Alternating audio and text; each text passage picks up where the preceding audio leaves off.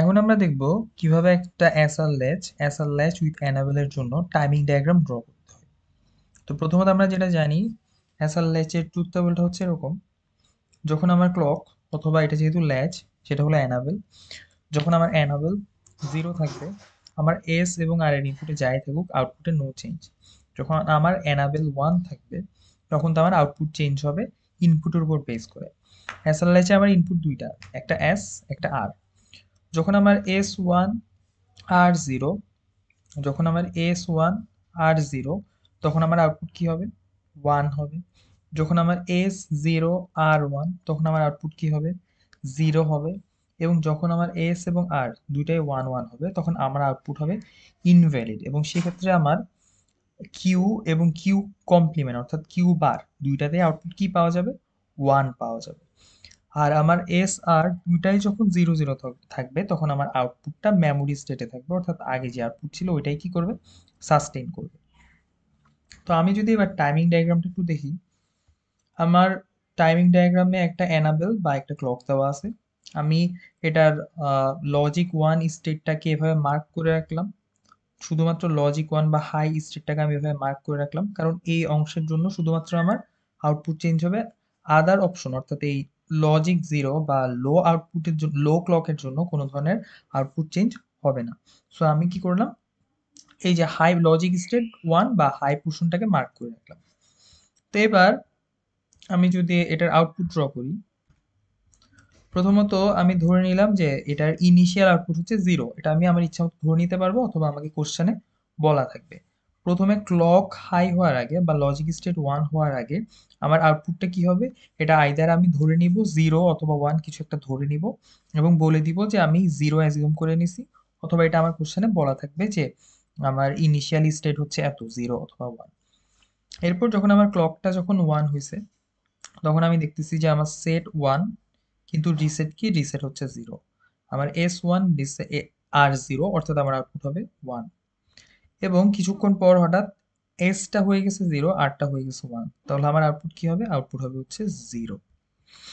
এরপর আবার ক্লকটা যখন জিরো হয়ে যাবে, তখন আমার আউটপুটে আর কোনো চেঞ্জ আসবে না। আমার আউটপুট যে জিরো ছিল, সেই জিরোটাই পুরা এই লো পিরিয়ডের জন্য কি করবে? সাস্টেন করবে।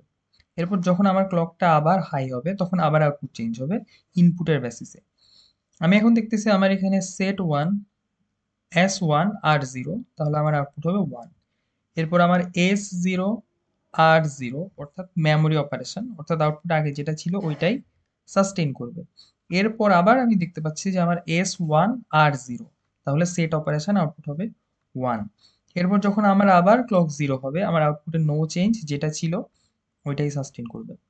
পরের ক্লকে যদি আসি, আমার এস ওয়ান আর ওয়ান। তো ইন দ্যাট কেস আমরা যেটা জানি, যখন এস আর দুইটাই ওয়ান হয়, তখন ইনভ্যালিড অপারেশন হয়। ইনভ্যালিড কেন? কারণ তখন কিউ এবং কিউ কমপ্লিমেন্ট দুইটার ভ্যালুই ওয়ান হয়। তো আমি প্রথমে কিউতে ওয়ান বসাই দিলাম। এরপর আমি দেখতে পাচ্ছি আমার এস জিরো আর ওয়ান, তাহলে রিসেট স্টেট, তাহলে কি হবে? Output zero. এরপর যখন আমার ক্লক আবার জিরো হয়ে যাবে, তখন আমার পুরো আউটপুটটা মেমোরি স্টেটে চলে যাবে, অর্থাৎ আগের আউটপুটটাকেই ধরে রাখবে। এরপর যখন আবার আমার ক্লকটা হাই হচ্ছে, তখন কি হবে? আমার এস ওয়ান আর জিরো, তাহলে আউটপুট হবে ওয়ান। এরপর কিছুক্ষণ পর আমি দেখতে পাচ্ছি যে আমার এস জিরো আরও জিরো, অর্থাৎ মেমোরি অপারেশন আগের আউটপুটটাই সাস্টেন করবে। এবং ক্লকটা জিরো হওয়ার অল্প কিছুক্ষণ আগে আমি দেখতে পাচ্ছি আবার এস জিরো আর ওয়ান, তাহলে আউটপুট আবার কি হবে? জিরো। এরপর যখন ক্লকটা আবার লো হয়ে যাবে, তখন আবার আমার আউটপুটটা কি করবে? আগের আউটপুটটাকেই ধরে রাখবে। এরপর আমার বের করতে হবে কিউ কমপ্লিমেন্ট। তো আমরা যেটা জানি, কিউ কমপ্লিমেন্ট মানে আমার আউটপুট কিউ এর অপোজিট, অর্থাৎ জিরো হলে, কিউ জিরো হলে এটা ওয়ান, কিউ ওয়ান হলে এটা জিরো। তাহলে এই যেটা জিরো হলে ওয়ান, এটা ওয়ান হলে জিরো, এটা জিরো হলে ওয়ান, এটা জিরো হলে ওয়ান, এটা ওয়ান হলে জিরো।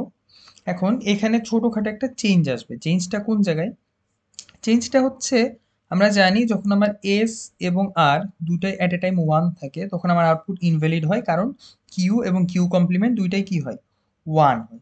তাহলে আমাকে বেছে বেছে এই যে যখন এস ওয়ান এবং আর ওয়ান, এই জায়গাটাতে আমাকে কিউ এবং কিউ কমপ্লিমেন্টকে কি রাখতে হবে? সেম রাখতে হবে, অর্থাৎ ওয়ান রাখতে হবে। এই জায়গাটাতে আমি কিউ কমপ্লিমেন্টকে ওয়ান রাখবো। আর অন্য যে কোনো জায়গায়, এটা ছাড়া অন্য যে কোনো জায়গায় কিউ এবং কিউ কমপ্লিমেন্ট একটার একটার অপোজিট হবে, শুধুমাত্র যেসব জায়গায় S1 এবং R1 হবে তখন কিউ কমপ্লিমেন্ট আর কিউ দুইটাই একই সাথে 1 হবে। তো এটাই হচ্ছে আমার এসআর ল্যাচের টাইমিং ডায়াগ্রাম।